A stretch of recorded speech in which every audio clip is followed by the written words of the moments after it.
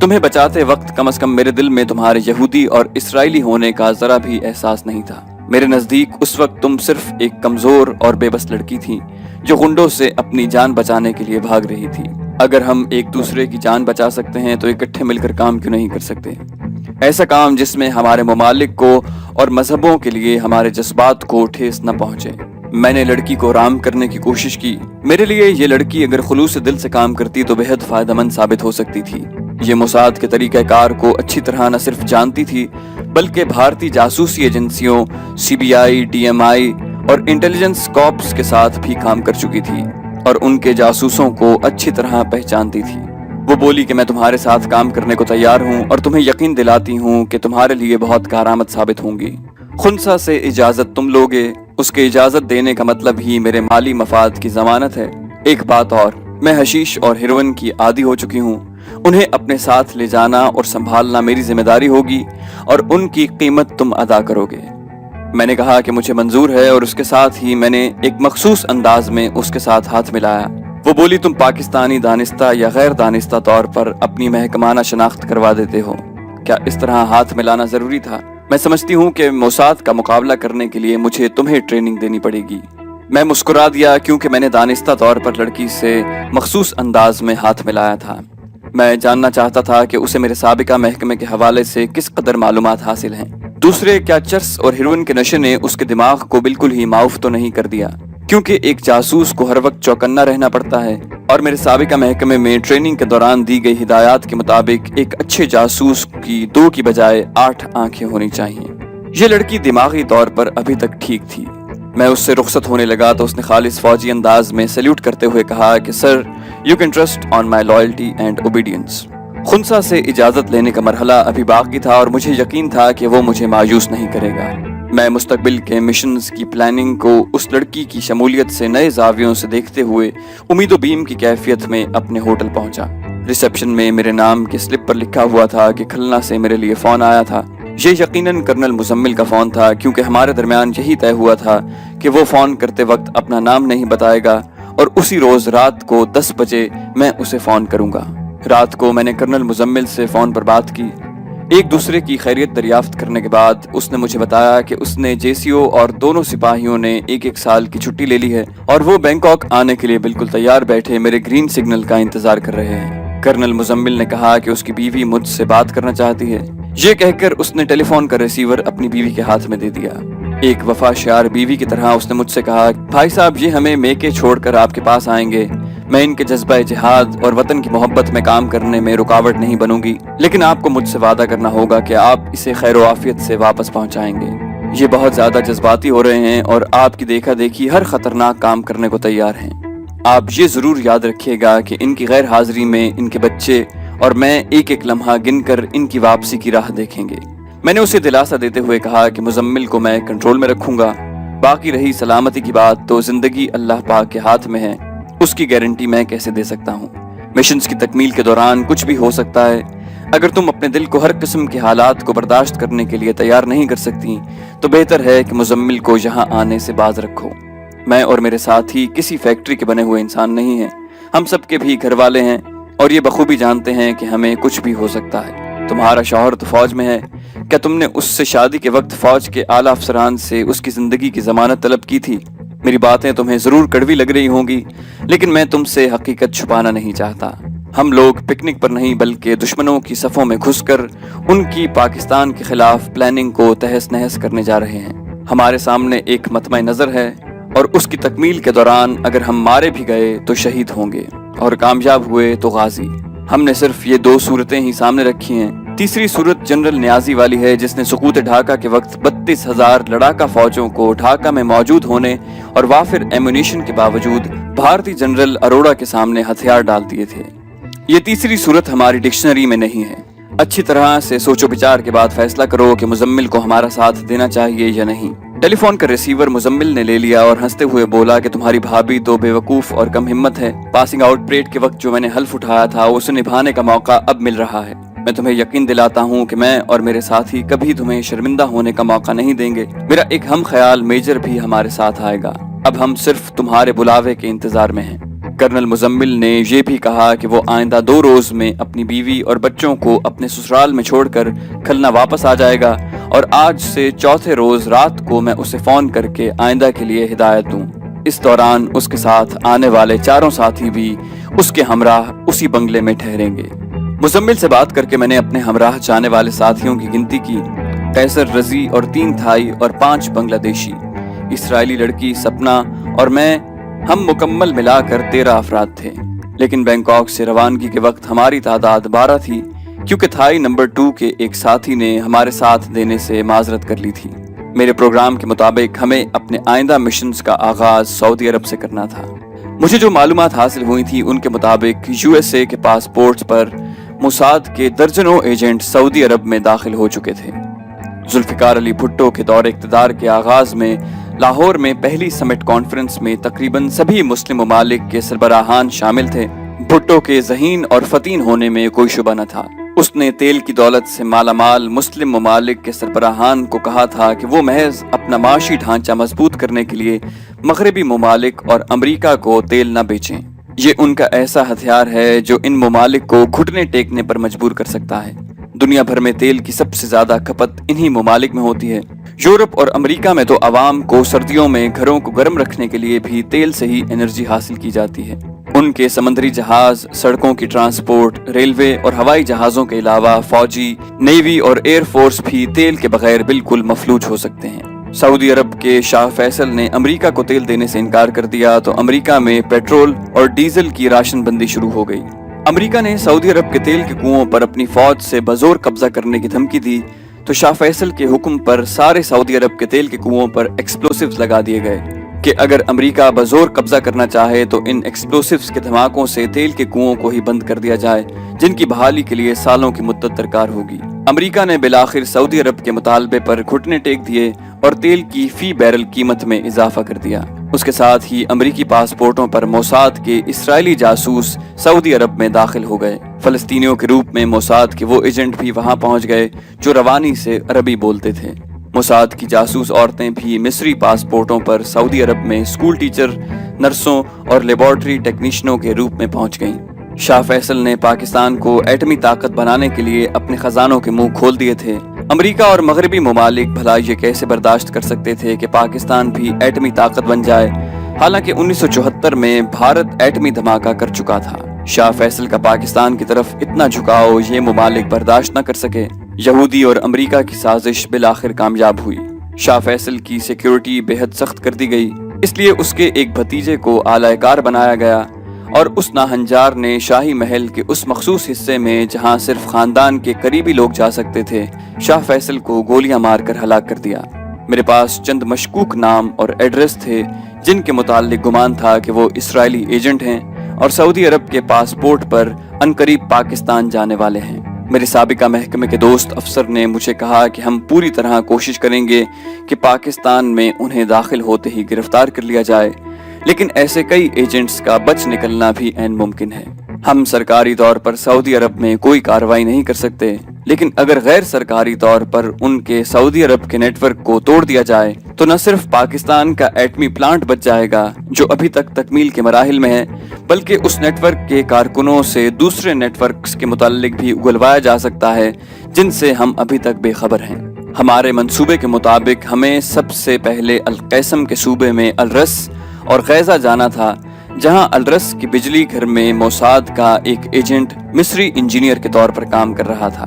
اس کی بیوی بھی ظاہراً مصری لیکن در حقیقت موساد کی جاسوسہ تھی۔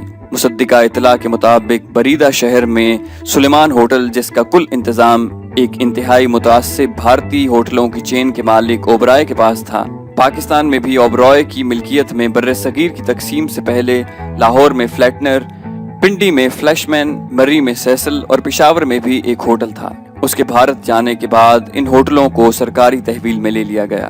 سعودی عرب کے قوانین بہت سخت ہیں، وہاں کسی ملکی یا غیر ملکی کو بارودی اسلحہ تو بڑی بات ہے، بچوں کی ایئر گن اور غلیل تک رکھنے کی اجازت نہیں۔ ہمیں وہاں مقامی خنجروں سے ہی کام چلانا تھا۔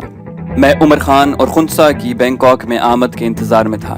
ادھر سپنا کی خاموشی اور اپنے ماضی کے متعلق کچھ بتانے سے گریز نے اسے بڑا پراسرار بنا دیا تھا۔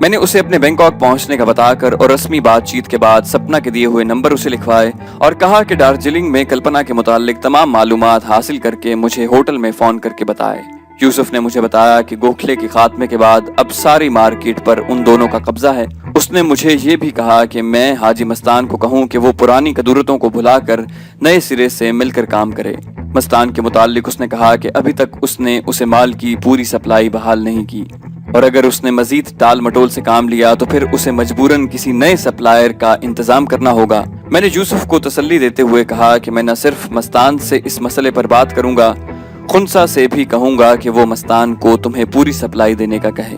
خنسا نے مجھے بتایا کہ ہر ملک میں صرف ایک پارٹی کو وہ مال سپلائی کرتا ہے اور بھارت میں اس کی سپلائی صرف حاجی مستان کو ہوتی ہے۔ پیسے کا لالچ ایسا ہوتا ہے کہ انسان اکثر اپنے وعدے وعید بھول جاتا ہے۔ 2 بار تو میں حاجی مستان اور یوسف پٹیل کی صلح کروا چکا تھا اور دونوں نے ایک ساتھ مل کر کام کرنے کی قسمیں اٹھائی تھی، اور اب پھر ان کے تعلقات میں خلیج پیدا ہونے لگی تھی۔ یوسف سے بات کرنے کے بعد میں اپنے ہوٹل پلٹ آیا۔ قیصر نے مجھے بتایا کہ سپنا مسلسل روئی جا رہی ہے اور اس نے اپنے کمرے کا دروازہ اندر سے بند کر رکھا ہے۔ میں نے ہاؤس فون پر سپنا کو کہا کہ وہ جلد از جلد میرے کمرے میں آ جائے۔ قیصر تو پہلے ہی میرے کمرے میں موجود تھا۔ سپنا کی آنکھیں سوجی ہوئی تھیں۔ میں نے دانستہ اس کی حالت کو نظر انداز کرتے ہوئے دونوں کو بتایا کہ کرنل مزمل اپنے ساتھیوں سمیت 1 ہفتے تک یہاں پہنچ جائے گا، اور ہمارے ساتھ تھائی ساتھیوں اور رضی کے علاوہ ایک اسرائیلی لڑکی بھی جو موساد کے لیے کام کر چکی ہے ہمراہ ہوگی۔ اب ہم کو ذہنی طور پر مشن پر روانگی کے لیے تیار رہنا چاہیے۔ ہم جس ملک میں جا رہے ہیں اس کی زبان سے قطعی ناواقف ہیں، اس لیے ہمیں اپنی شناخت چھپانے اور مشن کی تکمیل میں خاصی دشواری پیش آ سکتی ہے۔ میں نے سپنا کو مخاطب کرتے ہوئے کہا کہ کیا تم اب بھی اس مشن میں ہمارا ساتھ دینے کو تیار ہو؟ میں نے یہ بات سپنا کو دلاسا دینے کے لیے کہی تھی کیونکہ میری بے رخی سے وہ بے حد دل آزار ہو چکی تھی، اور میں نہیں چاہتا تھا کہ جب تک دارجلنگ سے اس کی بیان کردہ داستان کی تصدیق نہ ہو جائے وہ کہیں مایوس ہو کر ہمیں چھوڑ کر نہ چلی جائے اور ہمارے لیے مزید پریشانیوں کا باعث بنے۔ میرے سوال کا جواب دیتے ہی آنسو بھری آنکھوں سے بولی، اگر آپ کا ساتھ نہ دینا ہوتا تو میں آپ کے ہمراہ پاکستان کیوں جاتی؟ سب کچھ ہوتے ہوئے بھی میں بالکل تنہا اور لاوارث ہوں۔ قبیلے کے سردار کے چنگل سے رہائی دلوا کر آپ نے مجھے دوبارہ زندگی دی اور مجھ میں زندہ رہنے کی خواہش پیدا ہوئی۔ میں نے ناسمجھی کے باعث یہ غلطی کی کہ آپ سے کئی باتوں کو چھپایا۔ اب جب کہ ہر بات آپ کو بتا دی ہے تو مجھے آپ پر یقین ہے کہ میری کئی ہوئی باتوں کی تصدیق ہونے پر آپ مجھ سے اپنی بدگمانی کو ختم کر دیں گے اور مجھے اپنے ہمراہ رکھیں گے۔ غرض یہ کہ اس مختصر سٹنگ کے خاتمے پر ہم نے رضی کو بھی بلوا لیا اور مشن پر جانے کراٹے کے لیے بغیر اس ملک کا نام لیے اپنی تیاریوں کے متعلق باتیں کی۔ رات کو میں نے خنسا کے نمائندے کو فون کیا اور اسے کہا کہ ہمیں کراٹے کی مختصر مدت میں بھرپور ٹریننگ دینے کے لیے کسی بلیک بیلٹ استاد کی فوری ضرورت ہے۔ سعودی عرب میں بارودی اسلحے کے بغیر ہمیں خنجروں کے علاوہ کراٹے کے داؤ پیچوں کے ساتھ مخالفین کو زیر کرنا تھا۔ ہمارے ہوٹل میں تو ایسی تربیت دینے کے لیے کوئی موزوں جگہ نہ تھی، اس لیے خنسا کے نمائندے نے کہا کہ کل صبح 6 بجے وہ ایک وین بھیجے گا جو ہمیں روز گارڈن کے قریب لے جائے گی جہاں کراٹے کی ٹریننگ دی جاتی ہے۔ اس کے استاد کو یہ ہدایت بھی کر دی گئی کہ کم سے کم وقت میں ہمیں اپنے بچاؤ اور مخالفین کو زیر کرنے کی تربیت دے۔ ہمارے پاس تربیت کے لیے مخصوص لباس نہیں تھے، چنانچہ اس گفتگو کے فوری بعد میں قیصر رضی اور سپنا کو لے کر سری وانگ روڈ کے خاتمے پر ٹریکوڈورا ہوٹل کے شاپنگ سینٹر میں گیا اور سب کے لیے مناسب لباس خرید لیے۔ تو دوستو یہ تھی ہماری آج کی کہانی۔ جانباز کا پہلا حصہ اپنے اختتام پر پہنچ چکا ہے اور دوسرے حصے کا آغاز ہو چکا ہے۔ اگر آپ کو ویڈیو پسند آ رہی ہو تو اسے لازماً لائک کیجئے اور شیئر کیجئے، ساتھ ساتھ ہمارے فیس بک پیج کو فالو کیجئے جس کا لنک ڈسکرپشن میں موجود ہے، اور سب سے اہم کامنٹ کر کے ہمیں بتائیے کہ آپ کو ہماری ویڈیوز کیسی لگ رہی ہیں۔ ہم مزید کہانی لے کر جلدی حاضر ہوں گے۔ اپنا بہت خیال رکھیے گا۔ اللہ حافظ۔